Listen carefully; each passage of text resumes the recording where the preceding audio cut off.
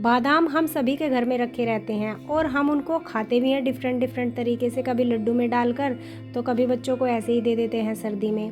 तो क्या हम उनका भरपूर फ़ायदा उठा पाते हैं?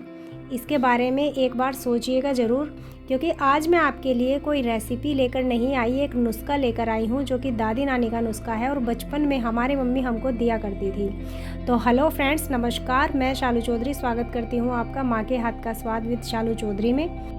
और अगर आपके लिए ये कहीं ना कहीं कारगर साबित होता है तो कमेंट करके बताइएगा ज़रूर, अपना फीडबैक देने के लिए ज़रूर कमेंट कीजिएगा।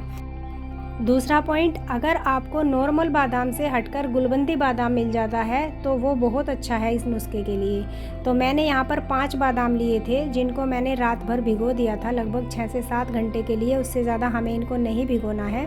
और अब हम इनका छिलका उतार लेंगे। अगर मैं क्वांटिटी की बात करूँ तो ये मैंने एक आदमी की डाइट के अकॉर्डिंग लिया है, ठीक है। वयस्क आदमी इसको एक ले सकता है, बड़ा आदमी, और 5 बादाम मैंने ये लिए हैं। अब हम इसको एक ओखली में डालेंगे और हमें इसको पीसना है, मेन प्रोसेस है ये। वैसे तो आजकल घरों में मिक्सी ने इस ओखली की जगह ले ली है, लेकिन मिक्सी में पीसने से इसके जितने भी बेनिफिट्स हैं वो हमें नहीं मिल पाएंगे, इसलिए हमें इसको ओखली में या सिलबट्टे पर ही पीसना है। पहले हम इसको धीरे धीरे कुछ इस तरीके से पीस लेंगे ताकि जो ये बादाम है वो अच्छे से क्रश हो जाए, बारीक हो जाए, कुछ इस तरीके का। उसके बाद हम इसमें डालेंगे दूध हमें यहाँ पर लेना है लगभग 50 ml। और अगर देशी गाय का दूध आपको मिल जाए तो उससे बेहतर कोई ऑप्शन नहीं है, सोने पे सुहागा है इस नुस्खे के लिए। और अगर नहीं मिलता तो उस कंडीशन में आप कोई भी दूध ले सकते हैं, भैंस का या नॉर्मल गाय का, या फिर आप पैकेट का दूध भी ले सकते हैं अगर नहीं अवेलेबल है। और वो एक एक चम्मच डालकर, हमें एक साथ दूध नहीं डालना है, एक एक चम्मच डालकर हमें पीसना है। दूसरा, जब तक मैं पीसती हूँ तो मैं यहाँ पर इसके गुणों के बारे में बात करती हूँ।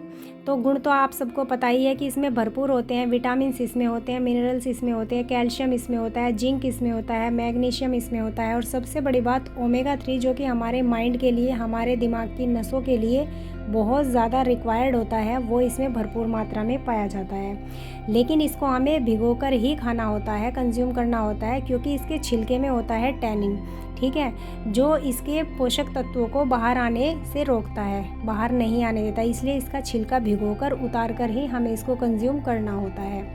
अब अगर हम इसकी बात करें कि कितनी देर हमें इसको इस तरीके से कूटना है इसमें, तो यहाँ पर हमें 15 मिनट लगानी है, बस ये मेन पॉइंट है यहाँ पर कि 15 मिनट आपको इसको ऐसे ही घिसते रहना है, चाहे आप सिलबट्टे पर घिसे या फिर इसको ओखली में डाल कर करें, ठीक है।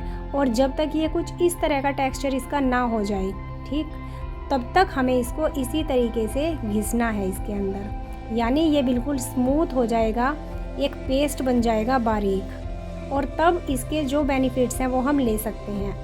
अब अगर हम इसके बेनिफिट्स की बात करें तो इसके बेनिफिट इतने हैं। सबसे बड़ी बात, ये सर दर्द के लिए रामबाण इलाज है, माइग्रेन के लिए रामबाण इलाज है, मानसिक तनाव, अनिद्रा, डिप्रेशन, मानसिक बीमारी के लिए रामबाण इलाज है। साथ ही डाइजेशन को बहुत अच्छा रखता है, मोटापे को कम करता है। और दूसरा, जो स्टूडेंट्स हैं 9th 10th 11th 12th के, उनके लिए भी ये रामबाण इलाज है, मेमोरी बूस्टर है एक तरीके से।